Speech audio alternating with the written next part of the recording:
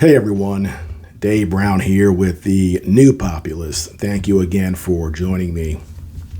So we had the African delegation go to Kiev to meet with Zelensky and later go to Russia to meet with Vladimir Putin, and they were there to encourage peace talks between the two countries, between Russia and Ukraine.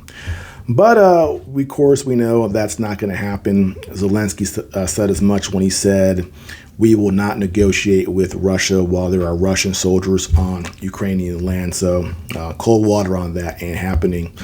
But what I find funny as well is that while the African delegation was in Kiev, there was this alleged missile attack by Russia to, as Ukraine describes it, send a message to the delegation that Russia is not serious about peace talks. Now, Ukraine claims that 6 Kinzhal missiles, hypersonic missiles, and 6 caliber missiles were fired at Kiev, and that all 12 missiles were shot down by Ukrainian air defense. Now, if you believe that Ukraine shot down 6 hypersonic missiles, 6 out of 6, you're crazy. Didn't happen, no chance. And I always ask myself, why does Ukraine, their Ministry of Defense, make these outlandish claims almost on a daily basis?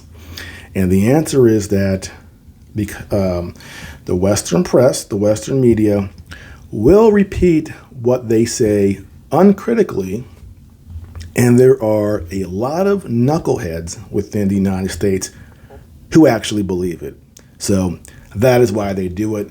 Their propaganda does work to a certain extent with part of the U.S. population. Now, another thing I find funny about this alleged missile attack is that after the African leaders left and went to meet Vladimir Putin, they were very, very warm when they met him.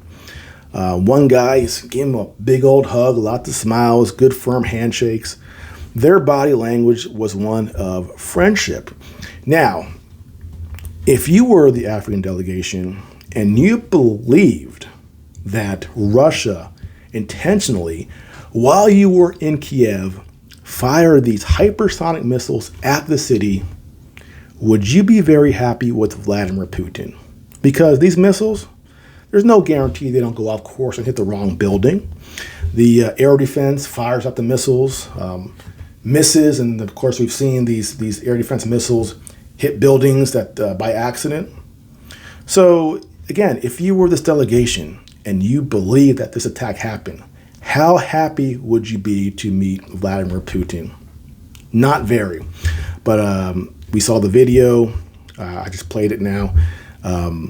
They were very happy to see Putin. So I'm inclined to believe that this attack never happened. And again, 6 out of 6 Kinzhal missiles being shot down. Come on, man. Who's buying that? Well, as I said, some suckers in the United States. Now, another interesting thing that happened during this meeting between the African delegation and Putin was Putin showed them a document, a draft agreement signed by the lead negotiator for Ukraine when Ukraine and Russia were having negotiations in Turkey back in March of 2022. Now, I find that funny because we have Zelensky saying he won't negotiate with Russians on Ukrainian soil, but very clearly there was negotiations going on back in March 2022 when there were Russians on Ukrainian soil. So the question is, what changed? Why this about face? And I think we all know the answer. The United States stepped in and said, stop negotiations. We want you guys to fight the Russians. And that is what has been happening ever since. And we gave Ukraine well over $100 billion. We're paying their salaries, we're paying their pensions, their medical care. We've had several Ukrainian generals get caught embezzling money, stealing it. So when we gave Ukraine all that money, it came with strings attached. And those strings were, you guys need to fight the Russians. as Lindsey Graham says, to the last Ukrainian. And unfortunately, watching this counterattack or this offensive right now, that seems to be what is happening. And I've always said, my frustration as an American is that if Ukraine on their own volition wanted to fight the Russians, I would say, hey, that's on you guys. If you want to do it, go ahead. But the fact that Ukraine is not operating on their own accord, that they're being controlled or pushed by the United States is what annoys me. We are sacrificing Ukraine for long-term U.S. geopolitical interest, and that is the truth, unfortunately. As I pointed out before in previous videos, we were trying to destabilize Russia and oust Vladimir Putin, and Ukraine we thought would be a tool for that effort. Another interesting thing as far as this idea that Ukraine is operating independently, we have the Nord Stream, right? The new report from the CIA or from the New York Times from CIA contacts saying that the CIA knew about the plot to blow up Nord Stream and warned Ukraine, who was going to do it, to not do it. And they specifically blame the head of the Ukrainian Armed Forces, General Zaluzhny. He was the guy who planned it and did it.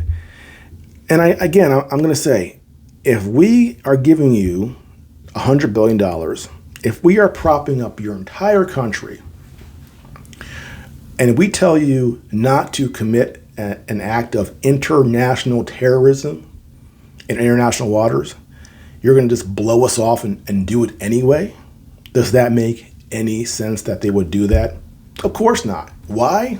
Because the United States wanted it, and either we did it directly or we actually trained some Ukrainians to do it, so we could claim later that we didn't physically do it. It was the Ukrainians. The intelligence agencies always give themselves some outs.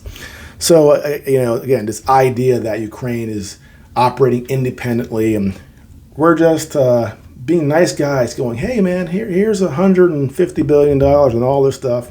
Oh, no, we don't want anything in return. Just do your own thing, man. We're just here to help you. We're not going to tell you what to do or control you. Absolute nonsense if anybody believes that. So, unfortunately, the Ukrainian people are suffering in part from their leadership acting as puppets for the West. And I always, when I talk about that, I look over toward Taiwan and say, be careful with your friendship with the United States, because when it all goes belly up, we'll move on somewhere else. I guarantee you a year from now, we'll be right in the middle of the 2024 presidential elections, and Ukraine war will probably be over. And the American public, do you think they're going to be worried about the hundreds of thousands of Ukrainians that died? No. We have other things to worry about. Our interest in these things is superficial. I don't care how many Ukrainian flags you see on Twitter bios. We aren't that committed. We don't actually have anything to really sacrifice. We virtue signal. We try to be good people. And then when it's time to move on and worry about something else that the mainstream media and the government dangle in front of us, we'll go and move toward that. And all the sacrifices in Ukraine, all the people who are dead, they'll be forgotten. And the people who will be left to deal with it all will be the Ukrainians, not the United States, and not the general public of the United States, who will, again, have moved on to other things. So that is what I find, just so sad that we allow ourselves here to be propagandized and watch other people be sacrificed while we sit here in our nice houses, enjoying our safety and comfort, and never actually having to face any real threats. It's sad. Well, that's it for now. If you are new to my channel, please like and subscribe, and I'll see you next time.